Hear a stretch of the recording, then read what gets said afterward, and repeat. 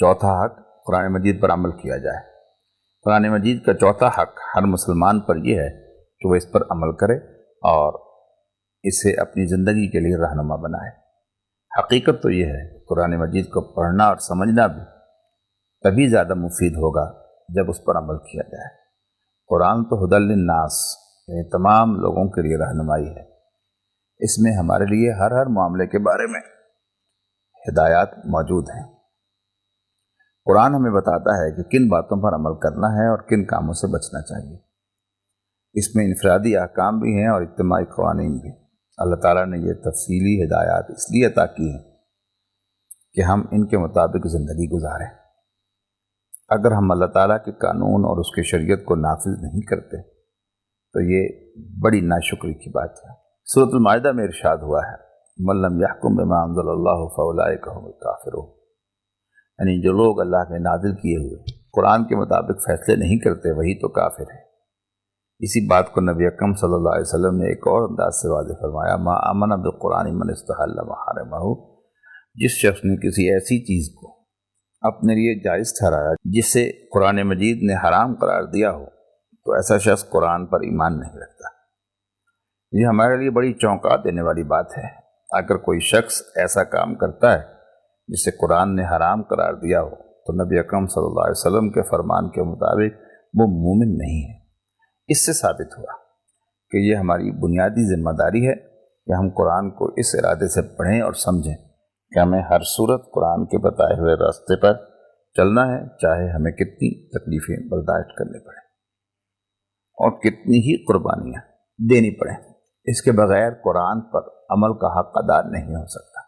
حقیقت تو یہ ہے کہ جو لوگ قرآن مجید کی صرف تلاوت کرتے ہیں لیکن اس پر عمل نہیں کرتے، ان کے لیے قرآن کی تلاوت کچھ زیادہ مفید نہیں ہوگی، بلکہ اس بات کا امکان بھی ہے کہ اس طرح کی تلاوت ان کے حق میں مضر ثابت ہو۔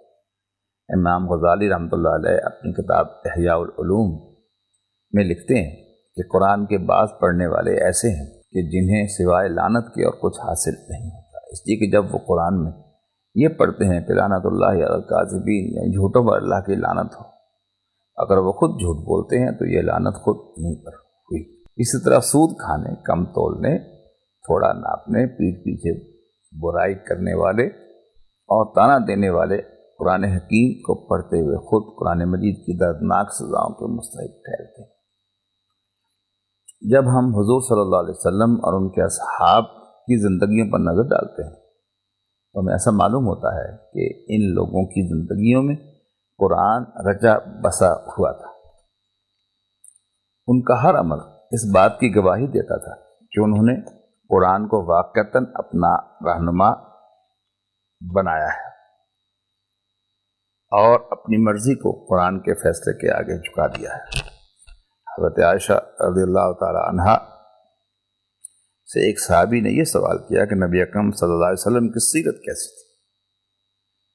انہوں نے جواباً ارشاد فرمایا کہ آپ کی سیرت قرآن ہی تو تھی، یعنی حضور صلی اللہ علیہ وسلم کی زندگی اس طرح قرآن کے احکامات کے مطابق تھی گویا آپ ایک چلتا پھرتا قرآن تھے۔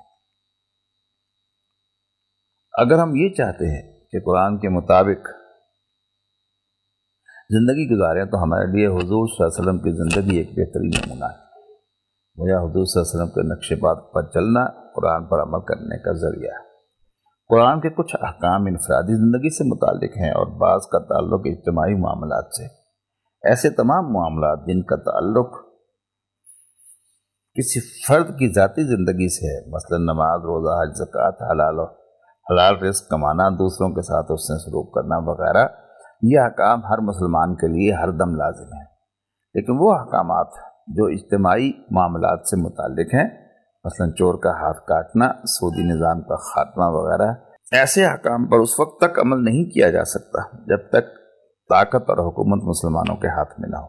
چنانچہ ایسے حالات میں جب مسلمانوں کے پاس اقتدار اور حکومت نہ ہو تو وہ تمام مسلمانوں پر لازم ہو جاتا ہے کہ وہ غلبہ اسلام کے لیے جدوجہد کریں تاکہ قرآن کے تمام احکام پر عمل کرنا ممکن ہو جائے۔ قرآن کے بعض احکام پر عمل کرنا اور بعض کی خلاف ورزی کرنا اللہ کے نگاہ میں بہت بڑا جرم ہے۔ یہودیوں میں یہ گمراہی پیدا ہو گئی تھی کہ وہ تورات کی بعض ہدایات پر عمل کرتے تھے اور بعض احکام کو توڑ ڈالتے تھے۔ اس پر اللہ تعالیٰ نے سورۃ البقرہ میں بڑے سخت الفاظ میں تنبیہ فرمائی، ارشاد ہوا کیا تم کتاب کے بعض حصوں کو مانتے اور بعض کا انکار کرتے؟ تو تم میں سے جو کوئی ایسا کرے اس کے ساتھ اس کے سوا اور کیا ہو سکتی ہے کہ اسے دنیا میں ذلیل و خوار کر دیا جائے اور آخرت میں سخت ترین عذاب میں دھکیل دیا جائے۔ آیت نمبر 85 ایسا معلوم ہوتا ہے کہ آج پوری دنیا میں مسلمانوں کی ذلت و رسوائی کا سبب یہی ہے کہ ہم نے قرآن کو ترک کر دیا ہے۔ ہم قرآن حکیم کے بعض احکامات پر تو عمل کرتے ہیں لیکن اکثر احکامات کی خلاف ورزی کرتے ہیں۔ قرآن سے ہماری لاپرواہی، قرآن مجید سے ہماری لاپرواہی کا یہ عالم ہے کہ ہم یہ جانتے ہیں، ہم جاننے کی کوشش بھی نہیں کرتے کہ قرآن میں ہمیں کیا ہدایات اور احکام دیے گئے ہیں۔ علامہ اقبال نے اسی بات کی نشاندہی ان الفاظ میں کر دی تھی کہ وہ زمانے میں معزز تھے مسلمان ہو کر اور تم خار ہوئے تارے کے قرآن ہو کر۔